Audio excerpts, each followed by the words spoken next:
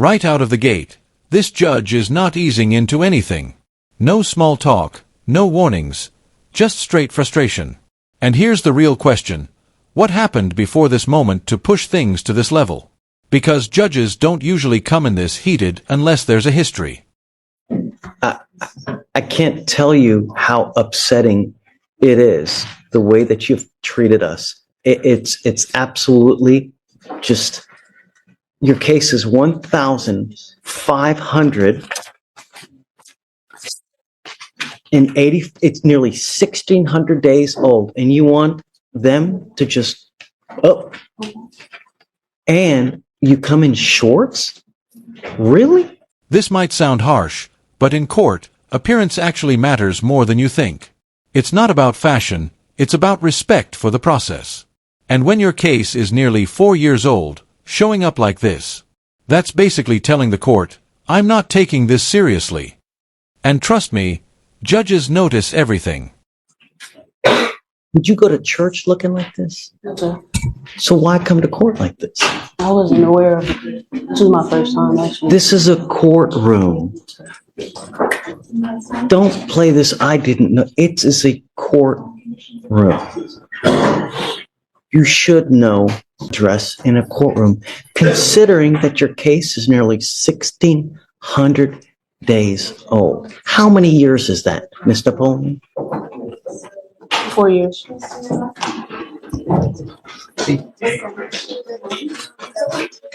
Okay, this is a big one. A mitigation packet is basically your chance to say, here's why I deserve leniency. It can include character letters, proof of rehab, employment, anything that paints you in a better light. And the judge just made it crystal clear. No packet equals fast track to trial. No delays, no excuses. You have until next Monday to get the mitigation packet done. If you don't have it done, then you will get an immediate 10-day trial setting. And I don't care who's got what. State, get ready for trial now, please. Get everything that you need to get now, because I'm fast tracking this to trial. And I don't care what came this, what came that. Jesus came down to prevent you from doing, I don't care. You have until Monday to get the mitigation packet done. And if you don't have it, then you will either accept the plea bargain from the state or you will get a 10-day trial setting. Yes, sir. Do you understand? And if you come back again in shorts, I can't tell you the level of disrespect that shows, not to mention the fact that your case is 4 years old. I mean, it's a double kick in the ding-ding to us, really. And you ought to be ashamed, because that's not the way someone acts. Right. Take a seat for me. We'll be back. Good morning, Mr. Hodges. Could you run an NCIC on him, please? What all does he have open elsewhere? Yes, I'll run it right now. And then if you can refresh my memory with regard to our case as well, please. Yes, sir.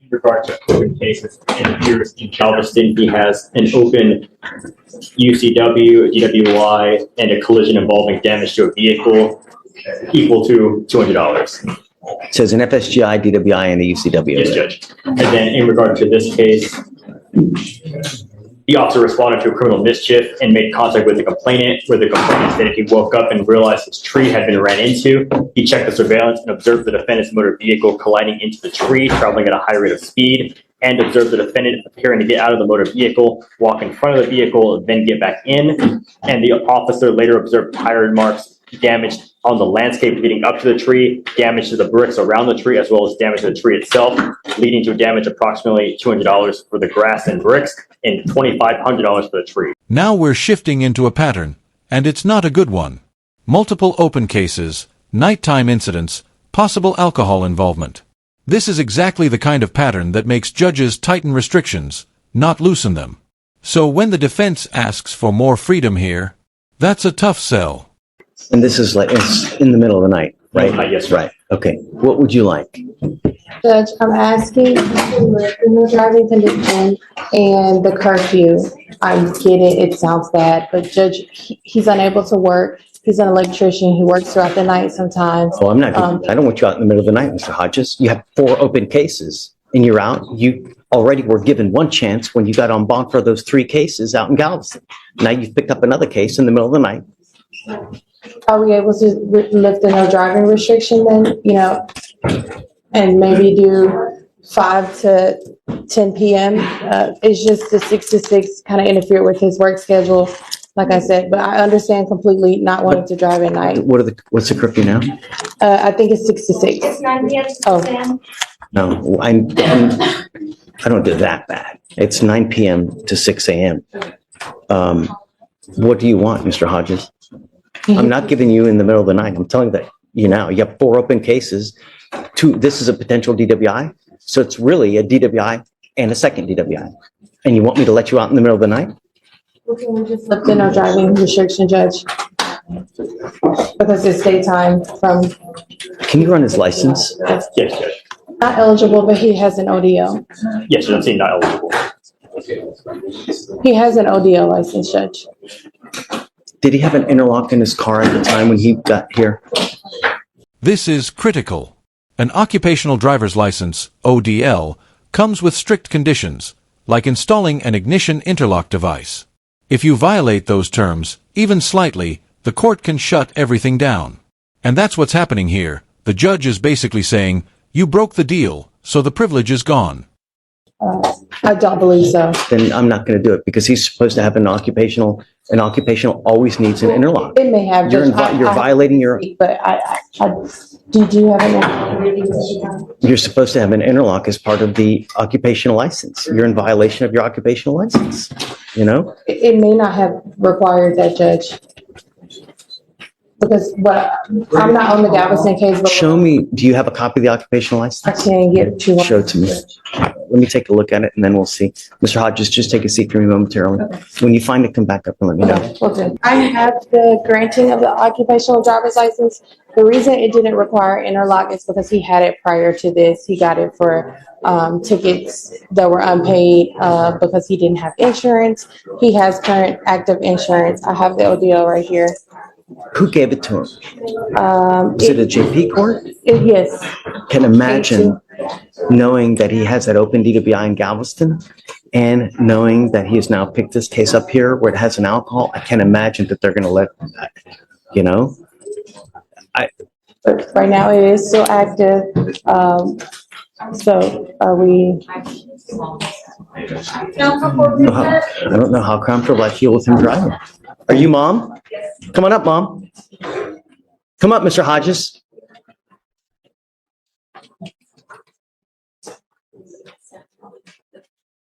Thank you so much for coming. How's it been not driving? Not enjoyable. Blows, right? Good. Wonderful. Because I want you to understand, it is a privilege. It's not a right. And we do everything in our power here to ensure that we don't kill anyone on the road. Watch the news. Every day, someone dies on our roads because of an alcohol-related collision. It's disgusting. And this is where it hits differently. When real-life tragedy enters the courtroom, it changes the tone completely. This isn't just about rules anymore. It's about consequences. Real people. Real loss. And suddenly, the judge's strictness? It makes a lot more sense. And you're familiar with everything that he has open. Yes, I also am familiar that one of my husbands was killed on the road by someone that was drinking as well. It's disgusting. It's so sad, and I took his privilege to drive away because of what's going on with Galveston. And now here we have the same situation here. They didn't charge him with DWI here, but very well could have been. And so the idea is to get you to appreciate it, to really feel the pang of not being able to drive, because I want you to realize it is an absolute privilege, and it is a great privilege. And to live in a city this big without the ability to drive really, really blows. That's just it. And I don't know if you really appreciate it. You coming up here and just telling me, oh, I'm so sorry, I'm hurt. That's not enough. I need to know that you really do appreciate the fact of how big and power awesome it is to drive. I'm not ready yet to let you drive. I need to see some kind of proactivity showing me that you really appreciate being able to drive. But as it stands now, it's been 30 days since he's had this case here open. He's got the 4 cases over there. And I can tell you now, the judge that granted that license, if that judge now knows all these cases are open, I would bet my pinky toe that that judge would revoke that license now. Because I don't think any judge wants their name on a license with that kind of baggage to it. So I'm sorry. If you need more time at night, I'm happy to give you a little bit more time past 9 o'clock. It's not so much, excuse me, it's not so much the night, it's where he works being an electrician. He has to be there earlier in the morning. So Okay, I'm happy to work with you. You want 5 in the morning? What time do you want? 5 would be better. Okay, done. I'll give it to you. Show me that you appreciate the fact of driving. How do I do that? Use your imagination. Be creative. Ingenuity goes a long way, Mr. Hodges, but you coming up here and tell me, oh, I'm so sorry, does nothing for me. Actions speak louder than words, and it's only been a mere 30 days since you picked up this case, and not to mention all those other cases that you have in Galveston County. So you are traveling far and wide, and the danger to the public is far and wide as well. I don't want anyone to die under my book, and I don't want anything under my name with that kind of, I don't want that kind of baggage in my life. I have a hard enough time sleeping as it is. Show me, and then we can talk again. But I really want you to appreciate it, and I don't think you do so far. Okay, thanks. All right. I'm approaching on Noah Biza. Okay, This is set for bail review today. It was also set on Friday and it got rolled to today. She's here. She is here. Her bond was revoked and raised last week due to her picking up a criminal trespass. So she does have 2 ankle monitors on right now, and we would just be requesting that one of those come off. Obviously, she knows that she's not supposed to be within 200 feet of Stereo Live, which is the bar that she was trespassing at. what I don't want is I don't want her out in the middle of the night. And so that's why we have that on. And I'm paying for everything, so nothing is going to come out of her pocket. Come up, Ms. Bison.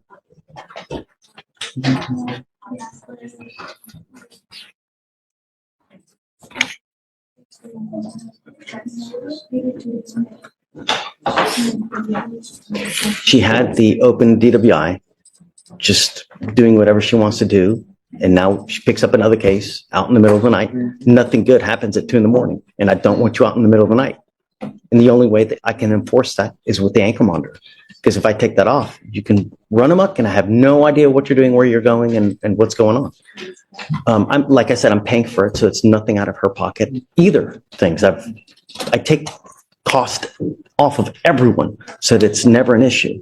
I know that and I'm sorry that it's uncomfortable. Well, I'm not really sorry, but actions have consequences. You now see, and I'm going to tell you, you violate conditions again. Get ready for that bond. It's going to sprout legs. It's going to be, you understand? Show me after a while that we can trust you and perhaps we can talk. But you're just now getting out of jail after violating conditions over and over. Thanks. Understood. Okay. Thank you. So you're now out of jail. You have a lawyer. It is your responsibility to stay in touch with them, and they will tell you when you have to come back to court. If they tell me they can't get a hold of you because you're playing games, you're ducking and dodging, you pick up a 3rd case, violate conditions again, there goes the bonds. Do you understand? Okay, stay in touch with them, and they'll tell you when you have to come back to court. So I'm going to waive the appearance so that she's whatever you guys need. Thank you. And she did just complete IOP, and then she is planning to enroll in SOP prior to potentially entering into any other program that the court might have available. So, yeah, it's up to you guys. Whatever I'm just here. I just want to make sure that she's not out and about and continuing to party.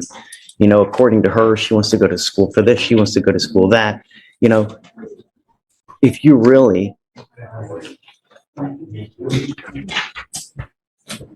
how old are you, ma'am? You have something. This might be one of the most unexpected moments in the entire hearing. A courtroom lecture turning into a life lesson.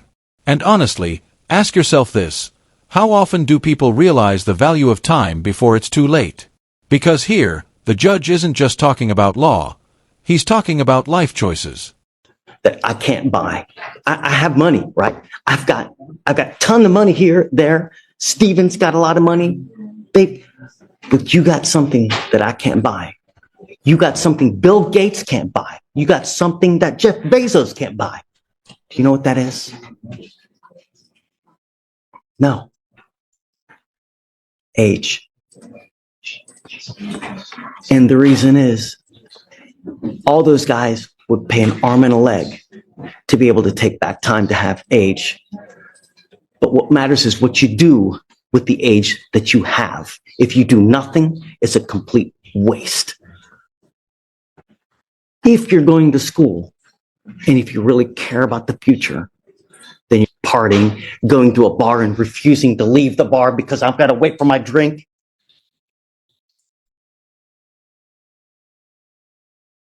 This life is a journey. It can be a great journey, or it can be a rotten, miserable journey. And as a young woman, you should never, ever have to realize or depend on a man. You should be getting your education. You should be getting degrees. You should be getting knowledge so that you never have to rely on a man. Men suck. Men are dogs. And you need to be able to rely on yourself, because if a guy says that they're going to take care of you, great. But one day they may never be there. One day they may take flight. And if you don't have an education, if you don't have a career, if you don't have knowledge, you'll be destitute, penniless, always dependent on a man. Don't. Become a strong woman with knowledge, because then that life becomes a great life. Because this life is only about one thing. This. The almighty dollar. And if you don't have this, you ain't got shit. You know what I mean? Yes, sir. So get your knowledge. Stop picking up cases. Once that age is gone, don't come back. Thanks.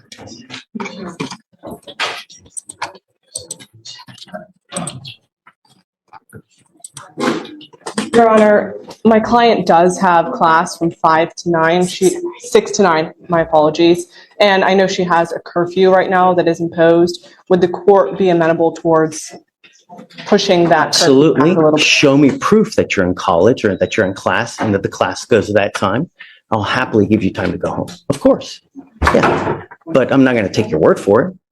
Show me that you actually enrolled. You got like either a syllabus or whatnot, and then I'll, of course. I'm always amenable to working around a schedule for school. Of course. Just show me, and then we'll do it. We'll present her to the court. Please. Thank you, Your Honor. Of course. May we be excused? Yes, ma'am. Thank you. Ms. Wickenhofer, in the flesh. I know, right? We're famous, by the way. Over 30K people watch it. Anyways, it doesn't matter. I have to read off my phone, so I apologize. But It's okay. it says, Your Honor, I was convicted of driving while intoxicated in this court on October 14, 2019, under cause number 222. You already got it. I was sentenced to 4 days in jail, and I have completed that sentence, including paying all fines, costs, and restitutions. I am here today because I meet all the legal requirements under the Texas law for non-disclosure of this conviction. Specifically, number one, my conviction was for DWI with a blood alcohol level below 0.15, which actually was 0.11. I specifically remember. I was not placed on community supervision for this offense. This offense did not involve an accident with another person. I finished my sentence over 5 years ago. I have not been convicted or placed on deferred adjudication for any other crime except for minor traffic violations. This conviction from 6 years ago is still hurting my reputation and my ability to grow in my career. I deeply regret my actions and have learned from my mistakes. Since then, I have worked hard to turn my life around, and I am asking for a second chance. Granting this non-disclosure will allow me to fully move forward, both personally and professionally. It would help me reach my potential and improve my future. Now this final section is a reality check. A lot of people think they can erase a conviction later, but the law doesn't work like that. Non-disclosure and expunction have very specific requirements. And once you plead guilty, in many cases, that door is permanently closed. That's why legal decisions made in minutes can follow you for life. Thank you. Absolutely.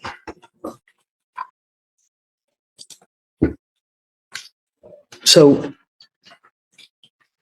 I don't think I can.